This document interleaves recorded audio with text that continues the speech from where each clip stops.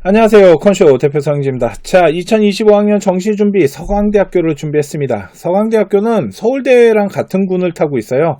나군으로 이제 선발을 했었는데 이번 시즌부터는 자유전공이 생기면서 다군 선발에 대한 변화가 좀 있습니다. 그래서 이 다군이 어떤 점수대를 형성할 건지 이 부분도 체크를 해야겠죠. 자, 그러면 지금부터 서강대학교 한번 보도록 하겠습니다. 현재 저희 컨쇼에서는 오픈 채팅방을 운영하고 있습니다. 그래서 궁금한 사항들에 대해서 질문을 하시면 그 질문에 대한 답변을 드리고 있고요. 제가 모르는 게 있으면은 조사를 해서 알려드리고 있으니까 컨쇼 오픈 채팅방도 많은 참여 부탁드리도록 하겠습니다. 자, 그러면 서강대학교 아이들 정시 어떻게 선발하는지 지금부터 한번 보도록 하겠습니다. 일단 교과나 뭐 이런 정성적 평가, 서류 이런 건 포함되지 않고요. 그냥 수능 100%다 깔끔하죠. 자, 그런데 서강대학교는 매년 봐야 되는 게 하나 있는데 그게 바로 탐구입니다. 탐구에 대한 비중이 엄청 낮게 평가가 됩니다. 전체 20% 정도가 평가가 되고 그러다 보니까 탐구에 대한 점수가 조금 부족한 아이들이 있어요. 특히 자연계 아이들 같은 경우 국어나 수학에 대한 점수는 좀 높게 형성됐지만 탐구가 좀 무너져 있는 아이들, 이런 학생들이 좀 지원을 하면 좀 유리한 부분이 있다라고 보시면 되고요. 또 하나, 우리 아이는 이과인데 과학을 한 과목 보고 또 뭘 봤냐면 사회를 봤어요. 그래서 일명 사탐론을 했다. 그거에 대한 마이너스는 없을까요? 네, 없습니다. 그렇기 때문에 대신 과탐 투본 아이들 있잖아요. 이 투본 아이들은 한 과목에 있어서 0.5점 가산점을 주고 있다라고 보시면 되는데 이게 과학 1은 해당이 없기 때문에 사탐 본 아이들이 과학을 본 아이들과 부딪혔을 때 큰 문제가 없다.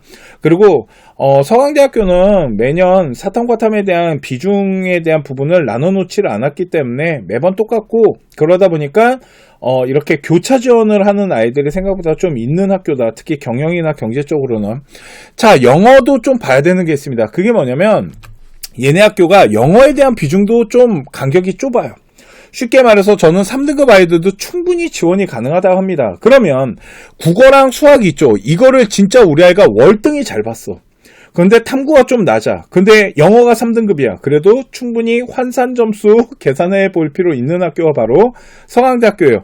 왜 그러냐면 1등급이랑 3등급이랑 점수 차이가 2점밖에 차이가 나지 않기 때문에 이거는 나중에 환산을 해보잖아요. 그러면 어느 정도 국어랑 수학에 대한 점수가 월등히 괜찮다라면 한번 카바쳐볼 만하고 특히 수학 점수가 높잖아요. 그러면 어느 정도 진짜 영어가 다 이렇게 커버가 쳐지기 때문에 한번 잘 계산을 해봤으면 좋겠어요. 가장 유리한 아이가 뭘까요? 다 전체적으로 잘 본 아이가 유리한데 우리 아이가 만일 탐구가 조금 부족하고 영어가 3등급 나오는데 수학이 1등급인데 표점이 엄청나게 높다. 그러면 생각보다 다른 대학교보다 서강대학교가 합격률이 더 많이 보장될 수도 있거든요. 그러니까 이런 부분들을 좀 잘 체크해야 되는 게 바로 서강대학교의 반영 비율이다라고 보시면 될 것 같고요. 자, 서강대학교는요 원래 나군으로 선발을 합니다. 나군 라인이었는데 이번에 다군이 신설이 됐어요.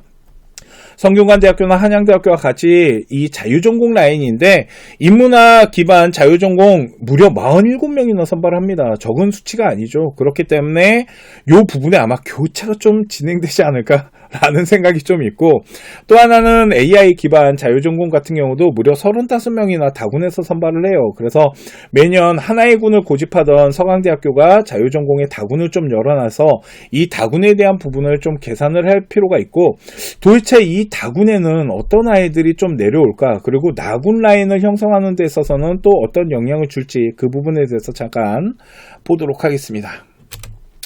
자, 보시면은요 서울대학교가 나군에 있습니다. 그렇기 때문에 서강대학교는 나군을 하나 보고 갑니다. 그죠? 그래서 서울대 애들이 내려오는 라인은 아니다라고 보시면 될 것 같고요. 자, 그러면 지금부터 한번 계산을 좀 해보도록 할게요. 서울대학교에 지원한 아이들이 한 10점과 9점 아이들이 있다라고 치겠습니다. 그러면 요 중에 일단 9점대 아이들이 어디로 내려올까요? 연세대, 고려대학교로 내려와서 여기가 9점대, 8점대 아이들이 형성이 되겠죠. 자, 그런데 요 서울대학교 10점대 아이가 드디어 다군의 고려대학교를 갈 수 있습니다. 자연계 아이들 같은 경우는 의치안약이나 이런 데 또 찾아서 가겠지만 일단은 정상적인 학과라고 일단 말하는 보편적인 부분에서는 다군에 그래서 여기는 10점대 아이들도 내려올 수 있다. 이렇게 서울대 애들이 이렇게 타고 내려올 수 있기 때문에 생각보다 고려대학교는 다군 점수대가 그렇게 낮게 형성될 것 같지는 않고요. 그리고 여기도 9점대 아이들이 조금 도전을 하는 형성이 일어나지 않을까라는 부분이 있습니다. 그래서 고려대학교 다군은 함부로 건드리면 안 된다라는 얘기가 있는 거고요. 자, 그러면 이 가군에 있던 연세대 고려대 아이들이 드디어 가나군에 있는 요 나군에 있는 성균관 한양대 서강대학교로 내려올 겁니다. 그죠? 그러면은 여기에 이제 8점대 아이들이 있고 7점대 아이들이 있을 겁니다. 그리고 이제 6점대 아이들이 막 도전권을 형성하면서 계산기를 두들길 거라는 겁니다. 그죠? 요 라인으로 일단 구성이 될 텐데, 자, 그러면 여기 다군에 있는 서강대학교 같은 경우는 요 위에 가군에 있는 아이가 요렇게 내려올 수도 있어요. 그러면 여기는 이제 8점대 아이들이 내려올 거라는 건데, 요 다군에 서강대만 있는 게 아니고요. 누구도 있냐면 성균관대 아이와 그리고 한양대학교도 지금 자유전공 라인으로 열고 가고, 특히 성균관대는 좀 인기학과 아이들이 포진이 돼 있다 보니까 요 8점대 아이들이 서강대랑 성균관, 한양대학교로 좀 분산이 일어나는데, 인문의 경영경제는 모르겠지만 타 학과들 같은 경우는 성균관이나 한양대에 좀 밀릴 수도 있어 보여요. 그러다 보니까 점수대가 좀 뒤로 빠지면서 8점대 아이들도 있겠지만 여기는 7점대 아이들도 좀 형성이 될 수 있다라는 부분이 있고요. 또 하나는 여기 가군, 나군에 있는 성균관, 한양대 애들이 또 요렇게도 넘어올 수 있다라는 거죠. 그래서 요번에 서강대학교 같은 경우는 어떻게 점수대가 좀 형성이 될 것 같냐면 8점대와 7점대 아이들의 데이터가 엄청나게 군집돼 들어갈 수 있어요. 그래서 추합이 일어나더라도, 원래 다군은 추합이 많이 일어나잖아요. 그렇게 추합이 일어나더라도 점수대가 그렇게 크게 막 흔들리면서 빠질 거라는 생각은 안 들어요.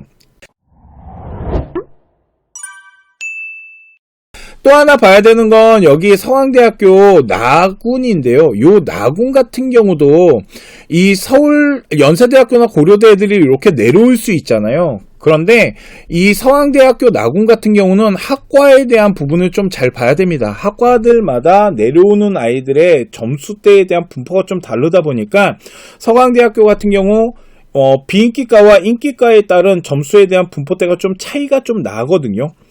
그렇기 때문에 서강대학교는 약간 점수대가 부족한 학생이라면 비인기과를 좀 노리고 들어가면은 데이터가 조금 더 뒤로 빠질 수는 있다라는 부분들. 그래서 서강대학교 지원할 때는 환산 점수에 대한 기준선을 보고 지원해야겠지만 학과에 대한 부분을 좀 잘 생각하면서 지원해야 되는 대학교가 바로 서강대학교다라고 보시면 될 것 같습니다. 자, 오늘 제가 준비한 2025학년 정시준비 서강대학교에 대해서 설명을 해드렸고요. 그래서 이제 나군을 선발하는 학교인데 다군이 새로 신설됐기 때문에 이 부분에 대해서 조금 라인을 구성하면서 설명을 해드렸고요. 자, 오늘 방송 여기까지 하도록 하고 다음 시간에 또 다른 대학교로 찾아뵙도록 하겠습니다. 지금까지 합격을 하는 DNA 서영진이었습니다. 감사합니다.